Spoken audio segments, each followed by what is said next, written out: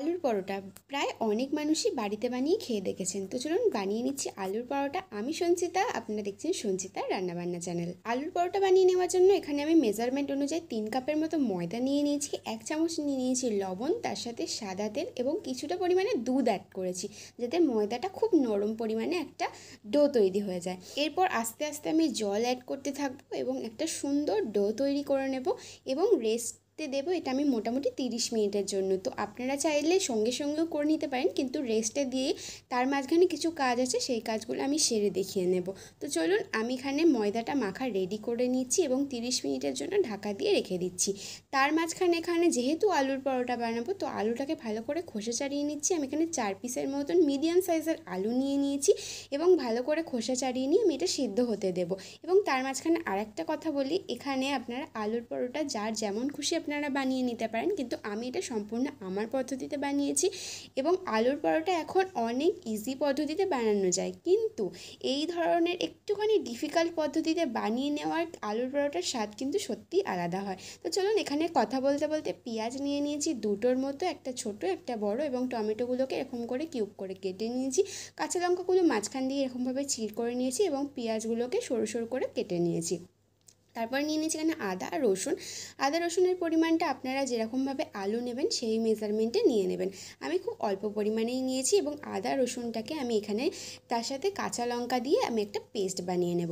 তো পেস্ট আমার বানানো রেডি হয়ে গেছে এবং কড়াতে দিয়ে দেবো সর্ষের তেল। আলুর পরোটা যেহেতু সর্ষের তেল না হলে কিন্তু জমে না, তো আলুর পরোটার জন্য সর্ষের তেলটা খুব ভালো করে আমি গরম করে নিয়েছি। এখানে আমি নিয়ে নিয়েছি বড় চামচের 3 চামচের মতন সর্ষের তেল এবং পেঁয়াজটা দিয়ে দিয়েছি। পেঁয়াজটা বেশ একটু ব্রাউন কালারের ভাজা ভাজা হয়ে গেলে একটু নুন দিয়ে দেবো। নুন দিয়ে দিলে পেঁয়াজটা খুব সুন্দর নরম হয়ে যায়। নেক্সট এখানে আদা রসুনের পেস্টটা ব্যবহার করব, সেটাও ভালো করে তেলের সাথে নাড়াচাড়া করে নেব এবং কেটে রাখা টমেটোগুলো ভালো করে আমি নাড়াচাড়া করে দেবো। হ্যাঁ, লঙ্কাটা আমি আমাদের স্বাদ মতোই দিয়েছি, বেশ অনেকগুলোই, আপনারা সেটা বুঝে দেবেন। তারপর হলুদ গুঁড়ো দিয়ে দেবো 1 চামচ এবং আলুটা সিদ্ধ করে আমার আগে থেকেই রাখা ছিল, সেটা আমি হাত দিয়ে ভালো করে স্ম্যাশ করে দিয়ে দিলাম। এবং যে পেঁয়াজটা আমি তেলের ওপর দিয়ে মশলাটা এতক্ষণ ধরে কষছিলাম, সেটার সাথে আলুটাকে খুব ভালো করে মিশিয়ে দেবো। এবং 1 চামচ লাল লঙ্কার গুঁড়ো এখানে দিয়ে দেবো, 1 চামচের মতো আমি গরম মশলা, তার সাথে দিয়ে দেবো এখানে একটু চাট মশলা এবং কাসুরি মেথি, চিলি ফ্লেক্স এবং অরিগ্যানো, তার সাথে দিয়ে দেবো 1 চামচের মতো নুন। খুব ভালো করে আমি মশলাটা মিশিয়ে নেব। যত ভালো করে মশলা মেশানো হবে আলুটার সাথে, ততই আলুটার টেস্ট আরও বেশি দ্বিগুণ হয়ে যাবে। তারপর একদম গ্যাসের ফ্লেমটাকে বন্ধ করে দিয়ে আমি সেখানে একটুখানি লেবুর রস মেশাবো। পাতিলেবুর রসটা মিশিয়ে দিলে খুব ভালো হয়, বা আপনাদের কাছে যদি গন্ধরাজ লেবু থাকে সেটারও একটা স্মেলটা দারুণ আসে। অবশ্যই গ্যাসটা অফ করে করবেন, কারণ গ্যাস জ্বলা অবস্থায় যদি আপনারা লেবু দেন তাহলে তেতো হয়ে যেতে পারে, তাই জন্য আমি বললাম গ্যাসটা বন্ধ করে দেবেন।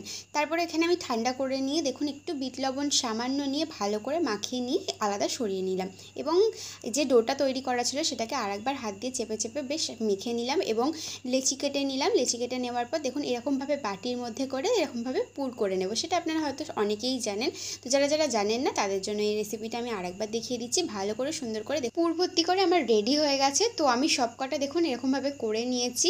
এরপর আমার বেলে নেওয়ার পালা। তো চাকি বেলনিতে ভালো করে আমি একটু তেল মাখিয়ে নিয়েছি। তারপর দেখুন এরকমভাবে বেলবো, একটু প্রেস করে করে বেলতে হবে, আবার বেশি করে প্রেস না করলেই হবে, কারণ আলুর পুরটা বেরিয়েও যেতে পারে। তারপর দেখুন এরকমভাবে রুটির মতন আমি বেশ গোল গোল করে খুব সুন্দর করে বেলে নিয়েছি। দেখুন আমার এখান দিয়ে কোনোভাবেই কিন্তু বেরিয়ে যায়নি। হ্যাঁ, এর মাঝখানে আমি আরেকটা কথা বলি, আলুটা ওরকমভাবে মেখে নেওয়ার পর আপনারা চাইলে একটু ঠান্ডা করে নিয়ে ভালো করে হাত দিয়ে প্রেস করে করে আরেকবার আলু ভাতের মতন মেখে নিতে পারেন, তাহলে দেখবেন যে আলুগুলো দানা দানা ভাব কোথাও থাকবে না। তো এবারে দেখুন আমি একটা ফ্রাইং প্যান নিয়ে নিয়েছি, বেশ ভালো করে উল্টে পাল্টে একদম যতটা তেলের প্রয়োজন হয় দিয়ে ভেজে নিয়েছি। বেশ আমার মুচমুচে একটা আলুর পরোটা কিন্তু রেডি হয়ে গেছে। আর যে আলুটার পুর করেছিলাম সেটা কিন্তু না খেলে আমাদের হবে না।